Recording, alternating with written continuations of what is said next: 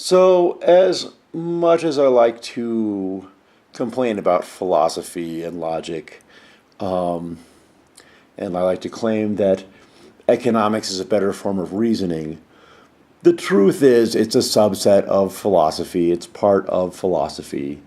Um, all of science is part of philosophy. Um, and when arguing with some antinatalists, not necessarily in Mendham, but sometimes in Mendham, if I say something like, well, I enjoy life, they'll say, oh, well, that's just subjective. It's not philosophy. It's not getting down to the truth and the truth about existence. And so then I'll say something like, well, subjective preferences do in fact exist, and make some kind of formalized, maybe more philosophical argument as to why, and they'll tell me it's a rationalization. Um, so there's no way to win if no form of argumentation is going to be accepted. Um, but who knows? It seems like Mendham sometimes complains about. I've already answered this in a number of videos. Um,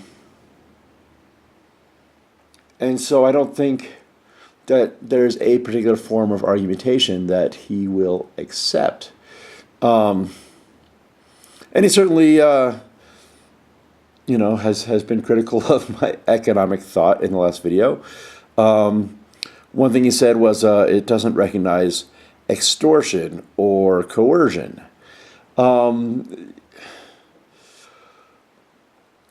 As much as Inmendham is a smart guy, it's a silly thing to say. That's okay. Other people have said these kind of silly things before.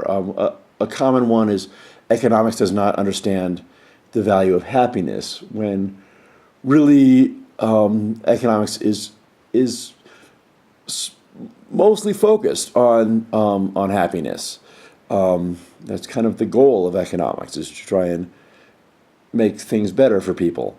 And as far as extortion and coercion, I mean, yes, that's one thing that economists have certainly written papers about. In fact, in my first video in this series, I was talking about ways to set situations so that people did not want to have as many children, and that is, in fact, coercion.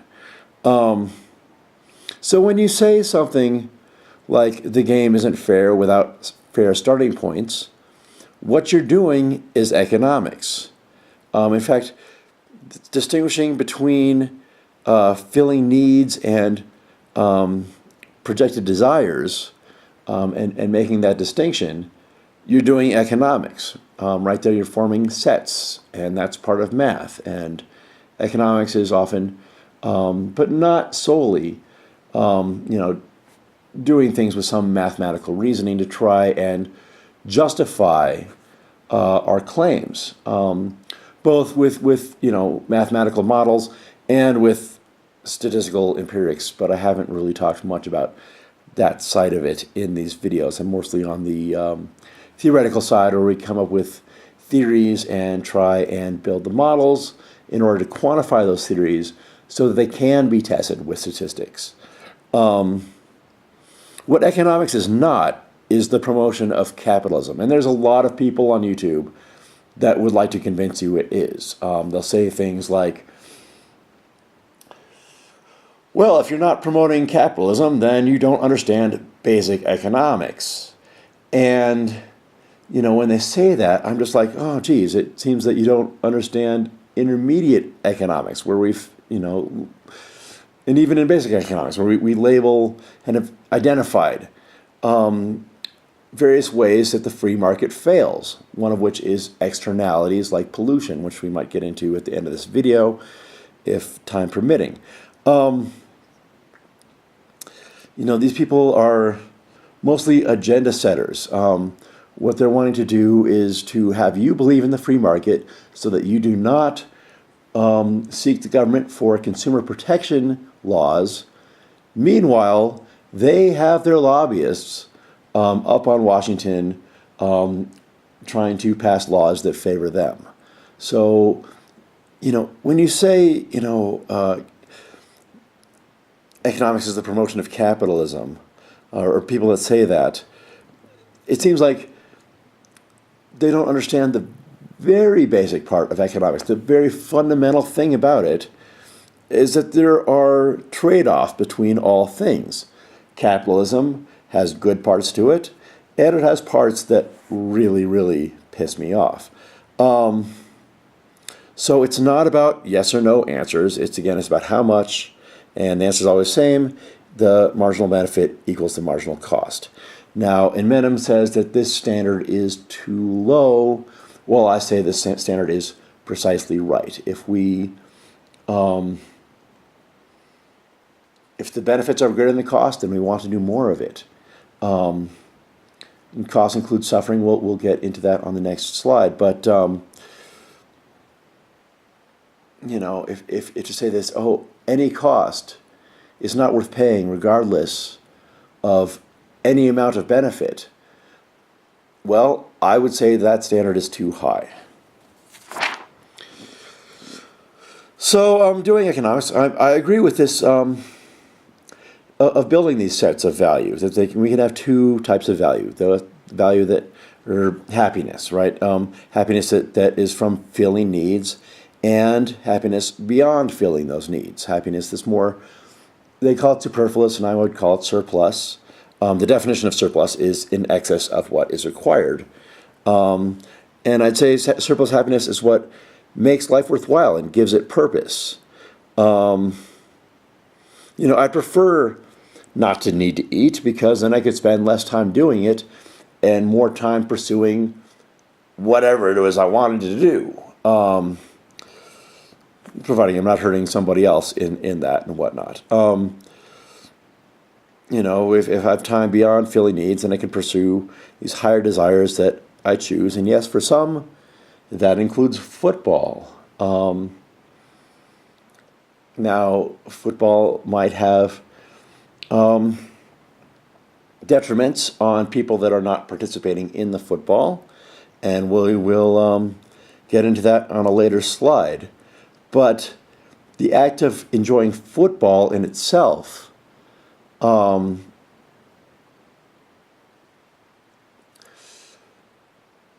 isn't bad. It's the fact that football can cause harm to other things that is bad, and we will get to that at the end of the video, time permitting.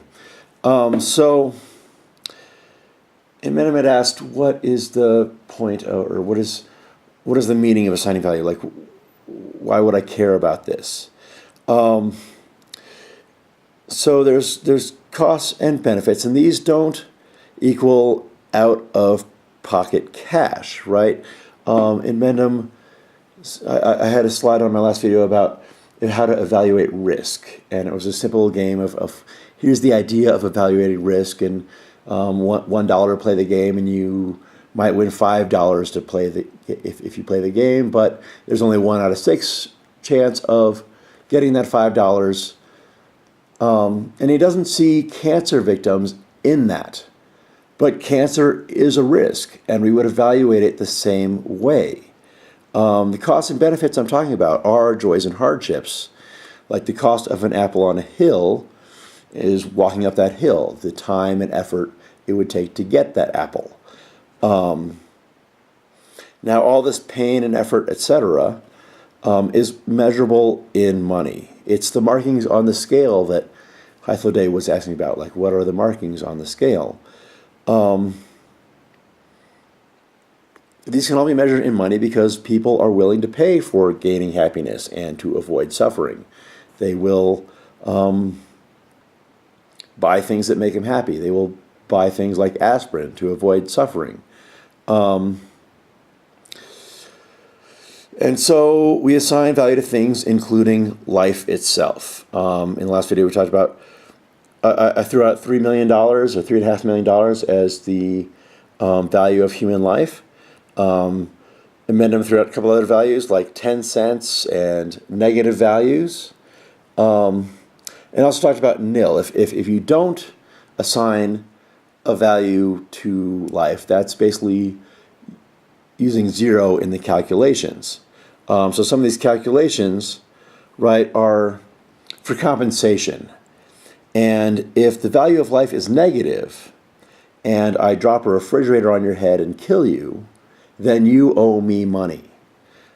But if the value of life is positive and I drop a refrigerator on your head, then I would owe you money. And so that's why it's important to assign these specific values to things. And that's kind of one of the simple calculations, but there's a whole lot of these that people do, such as the Environmental Protection Agency does these calculations on, well, what's a good decision to help the environment and what is not a good decision. Insurance companies use these same kind of calculations, and these calculations will affect your life, and that's a huge part of the argument I'm making here, is that if you don't like the economics, if you don't like the way I'm calculating things, please do object. I think that environmental economics is certainly an area where we humans could do a lot better in, as it seems we are on a path of destroying ourselves. And so, please do object to it. But with that, please give me some ideas on ways to fix it. It's not enough to say, hey, you're wrong. If there's not some new idea to replace the wrong idea, then I have nothing to use from it. So we'll talk about different methods of calculating value, because there's different types of value and different ways to calculate it. One way we could do it is, in the last video we talked about calculating value of human life by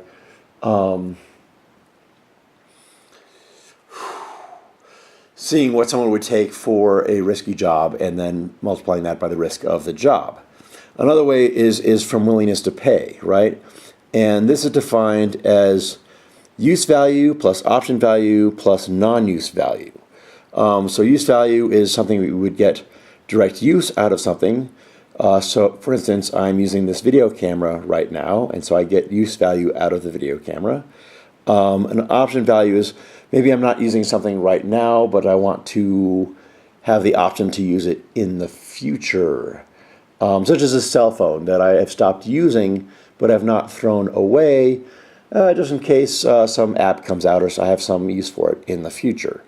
And then non-use value is the use we get out of something that we don't actually use it, but we're glad it's there. For instance, Yellowstone National Park, I have never been to, and I don't plan on going in the future, but I'm happy it's there. I have some value from its existence, personally, subjectively,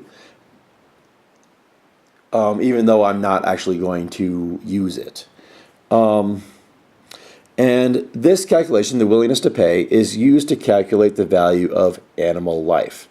As Inmendham would put it, compensating for the millions of organisms that suffer because of your existence. Now, I have a big problem with this willingness to pay calculation. This is how the EPA does it, is through the willingness to pay calculation. But it's not intrinsic to the animal. It's all to us, right? What use do we get out of the animal? That's extremely homocentric. Humans are homocentric, so that's kind of got to be part of our calculations for political reasons. But we certainly couldn't evaluate animal life the way we did in the last video by compensating them for risky jobs. I could put $1 trillion behind a fire. No deer is going to jump through that fire to get that $1 trillion. So we're going to need some other way to calculate animal value. Now, one idea might be, well, we'll put it the same as the human value at $3 million. Now, this could be tricky, though. Do we want to say that each microbe and each ant is worth the same as us? This would prevent us from building cancer treatment centers because we would kill untold numbers of ants and microbes in the building of a cancer treatment center. So it seems like maybe that's not the right answer. Maybe it's a good answer philosophically, such that all life has the same value, but politically and practically, it's just not going to fly in the EPA, for instance, or in the Senate, right? So my idea that I would promote in this video is to say it's the value of human life. In this case, we said $3 million, or 10 cents, if you want to call it that, multiplied by the percent of DNA that the animal has in common with us. As such, like a chimpanzee would be worth 95% of $3 million, and an ant would be worth a very low percentage of $3 million. And I'm not a big expert on DNA. I don't know how well this would work, but I'm looking for these kind of ideas. We could do both. Maybe we can use this idea and willingness to pay, and the animals could be worth a combination of those. The higher we evaluate the value of an animal, the more rights to life we will give them. And so this is about animal rights. And it's kind of about rights in general. Now, rights are, as defined, who gets to decide what happens with what. So if it's a piece of land, who gets to decide what happens with that land has the rights. And it comes in bundles of ownership. So let's say I have a piece of land and I want to build an apartment building on that piece of land. Well, the city might have some zoning saying I can't do that. I could build a house, I can make that house whatever color I wanted to, so I have the right to choose the color of a house on that land. But the city is going to decide that it can't be an apartment building. Therefore, I wouldn't have complete ownership of that land. The ownership would be shared between me and the city. The rights of deciding what happens to that land would be shared between me and the city. So if you get to decide what happens to something, then you have some ownership of that something. Autonomy is basically self-ownership, and it comes in bundles. You can choose your hair color, but you cannot choose murder. Society will have something to say about that. So while you do have some autonomy, you do not have complete autonomy. Society owns some of yourself. They decide what happens to you. Now, morally, with ownership, there should be responsibility for what you own, for what you decide things on that thing. And this is why, in answers to Hythloday's question, children before they're 18 are not autonomous from their parents because their parents pay for what the children does. If the child breaks its leg, the parents will pay. If the child breaks a window, the parents will pay. And so until there's legal separation between the child and the parent, then the child does not have full autonomy from their parents. Now, on this morally thing, it's tricky. We can't say that just because someone should do something, that they will do something. Just because it's the moral thing to do doesn't mean it's going to happen. But let's talk about imposing on autonomy for a little bit in the case of football. Here we've got a graph, and we're going to have the quantity of football going along the right side of the graph and a price of football on the left side of the graph.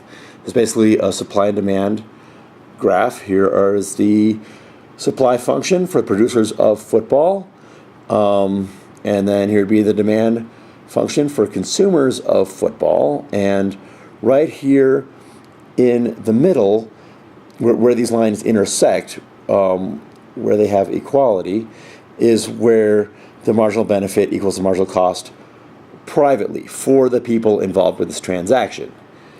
However, there may be other people that don't like football but are being affected by football. And they're like, oh, I'm really sick about hearing about football, and it just drives me crazy. It's noise pollution.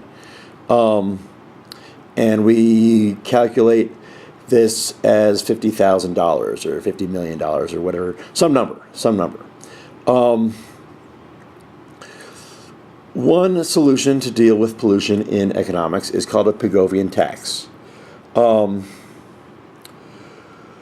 Where if we said, okay, we're going to have no football, we're going to completely say, hey, these guys are the guys that are right, and we're going to have no football at all. Well, the people that enjoy football are going to be upset about that, and why should their joy, or these people's joy, matter more than these people's joy? That's the tricky part. So we're kind of going for a utilitarian type answer here about social benefits. Certainly utilitarianism can be argued with, and there's some problems there. But here's how Pigovian tax works, is that it doesn't matter who the tax is assigned to. If we assign it to the consumers, right, so here's the point of supply of football, and it comes over here to price. And if we tax the consumers, we will add $50 to that price. And so then they will consume this amount of football.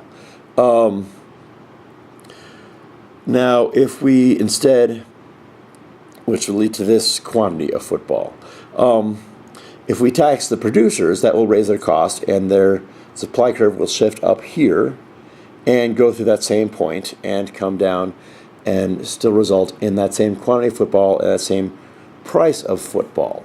And we're going to call that the socially optimal level of football. That doesn't favor any one particular party, kind of as a compromise between both of them. Now, notice that in this compromise, neither party is going to be particularly happy. There's less football, but these people are still getting some football, and we didn't give them that money. We just charged more for the football. There's nothing in this that says, oh, we're going to take this $50,000 and give it to them. We're just making the price more, and then the government does whatever they do with that $50,000, whether it's to give to poor people or to bail out banks or whatever they do. I'd prefer it if they gave it to these people, and then these people would at least be compensated for the noise pollution that football creates. So compromise isn't always the best situation. And taxing things makes things more expensive, which can, as I pointed out in the first video, create hardships on poor people. And it's better to try and create a situation where people that produce and consume football want to do it in a way that is quiet, we'll say, or doesn't have the ill effects of it. So that's the video, and again, I always look forward to questions, responses, rebuttals, videos, and whatnot. Thanks for your time.